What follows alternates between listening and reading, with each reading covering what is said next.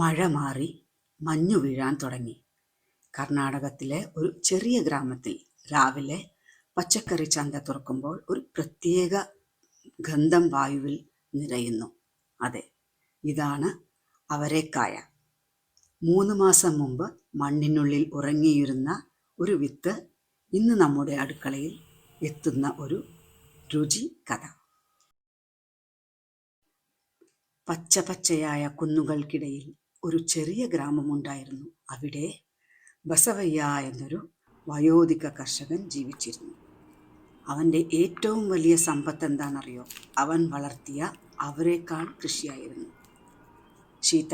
തണുപ്പ് കാലം തുടങ്ങുമ്പോൾ ബസവയ്യ രാവിലെ തന്നെ കൃഷിത്തോട്ടത്തിലേക്ക് പോകും.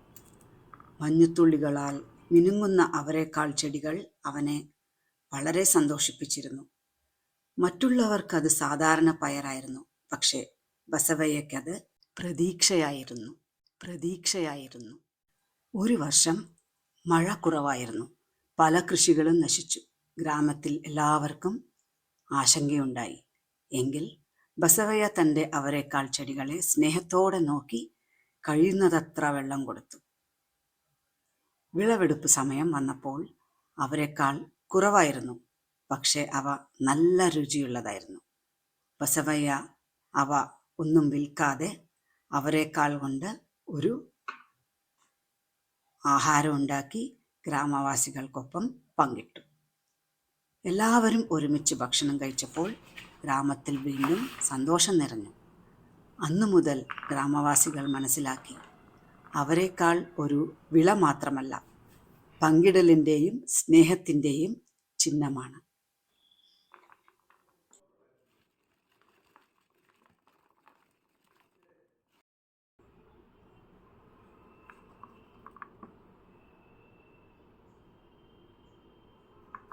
കർണാടകയിൽ അവരേക്കായ് ഉപയോഗിച്ച് തയ്യാറാക്കുന്ന ഒരു പ്രശസ്ത വിഭവമാണ് അവരേക്കായ് ബാത്ത്.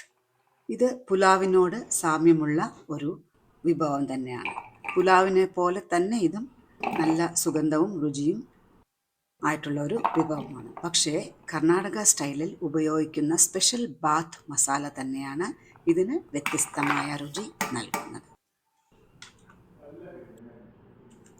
ഈ ബാത്തിൽ നമുക്ക് ഇഷ്ടമുള്ള ഏത് പച്ചക്കറികളും ചേർക്കാം.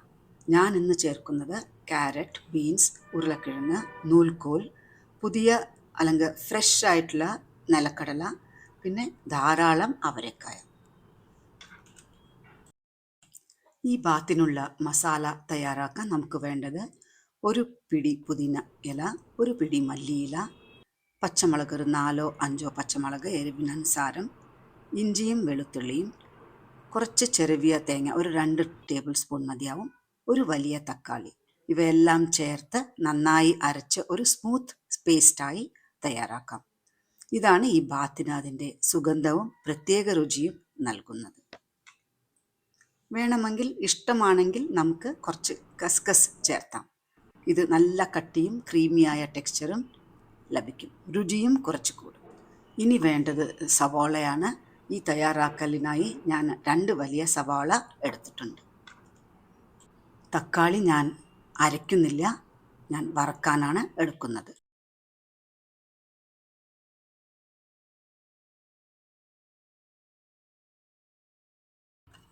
ഒരു പ്രഷർ പാനിലേക്ക് ആദ്യം 1.5 ടേബിൾ സ്പൂൺ നെയ്യും 1 ടേബിൾ സ്പൂൺ റീഫൈൻഡ് ഓയിലും ചേർക്കുന്നു.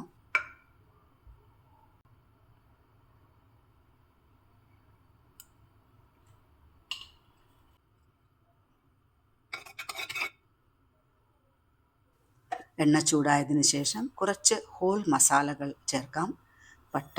പട്ടട ഇല, ജീരകം, പെരുംജീരകം, എന്താ ഇഷ്ടമുള്ളത് അത് ചേർക്കാം. അതിനുശേഷം നല്ലോണം സ്ലൈസ് ചെയ്ത സവാള ചേർക്കുന്നു.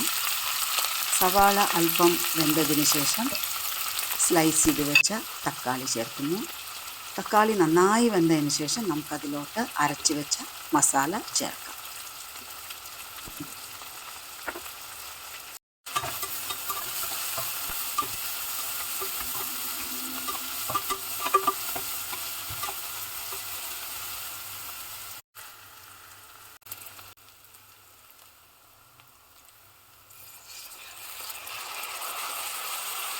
ഇപ്പോൾ തക്കാളി ചേർക്കാം നമുക്ക്.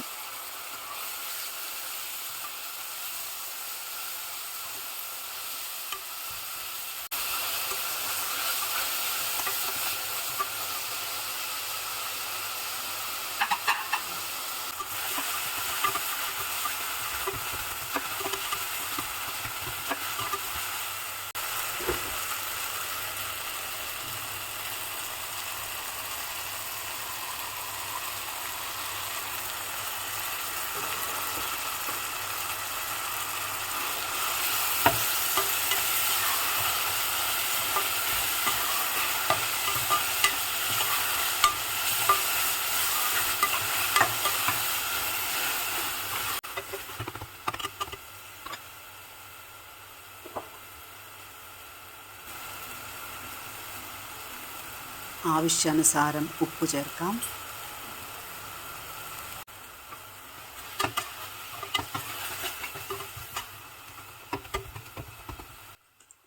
ഇപ്പോൾ എല്ലാ പച്ചക്കറികളും ഇതിലേക്ക് ചേർത്ത് കൊടുക്കാം. അതിനുശേഷം കഴുകി കുതിർത്ത് വെച്ച അരി ചേർക്കാം.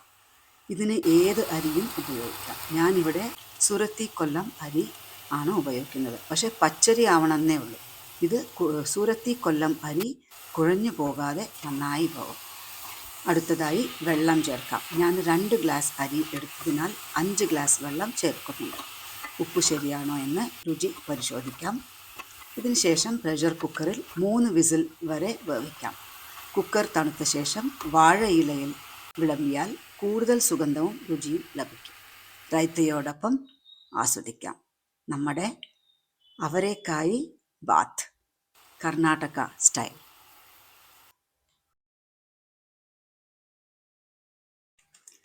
നിങ്ങൾക്കറിയാമോ, അവരേക്കായി വളരാൻ എടുക്കുന്നത് വെറും 3 മാസം മാത്രമാണ്. ഒരു ചെറിയ വിത്ത് മണ്ണിൽ നട്ടാൽ 3 മാസത്തിനുള്ളിൽ തന്നെ നമ്മുടെ അടുക്കളയിലെ രുചിയായി മാറുന്ന ഒരു അത്ഭുതമാണ് അവരേക്കായ്. അവരേക്കായ് എന്ന പയർവർഗ്ഗം ആദ്യം ആഫ്രിക്കൻ പ്രദേശങ്ങളിലാണ് ഉദ്ഭവിച്ചതെന്ന് കരുതുന്നു. പിന്നീട് ഇത് ഇന്ത്യയിലേക്ക്, പ്രത്യേകിച്ച് കർണാടകയിൽ കൃഷി ചെയ്യപ്പെടുന്നു. ഇന്ത്യയിൽ പ്രധാനമായും കർണാടകത്തിൽ മൈസൂർ, മണ്ഡ്യ, ഹാസൻ, ബംഗളൂരു ഗ്രാമപ്രദേശത്തിൽ, പിന്നെ തമിഴ്നാട്, ആന്ധ്രാപ്രദേശ്, തെലങ്കാന, കേരളത്തിൽ വളരെ പരിമിതമായി കൃഷി ചെയ്യപ്പെടുന്നു. സാധാരണയായി ഇത് മഴക്കാലത്തിൻ്റെ തുടക്കത്തിൽ ജൂൺ ജൂലൈ വിത്ത് നട്ട് നവംബർ മുതൽ ഫെബ്രുവരി വരെ വിളവെടുക്കപ്പെടുന്നു. അതുകൊണ്ടാണ് ഈ തണുപ്പ് കാലത്ത് അവരേക്കായ് വിഭവങ്ങൾ കൂടുതൽ കാണുന്നത്. പിന്നെ ഇത് അവരേക്കായ് ഉണക്കി സൂക്ഷിക്കുന്നതും ഒരു പതിവാണ്. ഇത് മുഴുവൻ വർഷവും ഉപയോഗിക്കാൻ പറ്റും.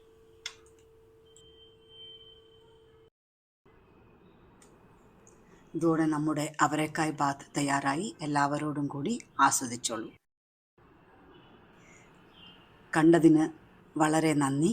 വീഡിയോ ഇഷ്ടമായെങ്കിൽ ലൈക്ക് ചെയ്യൂ, ഷെയർ ചെയ്യൂ, എൻ്റെ ചാനൽ സബ്സ്ക്രൈബ് ചെയ്യൂ. നിങ്ങളുടെ പിന്തുണ വളരെ സഹായകരമായിരിക്കും.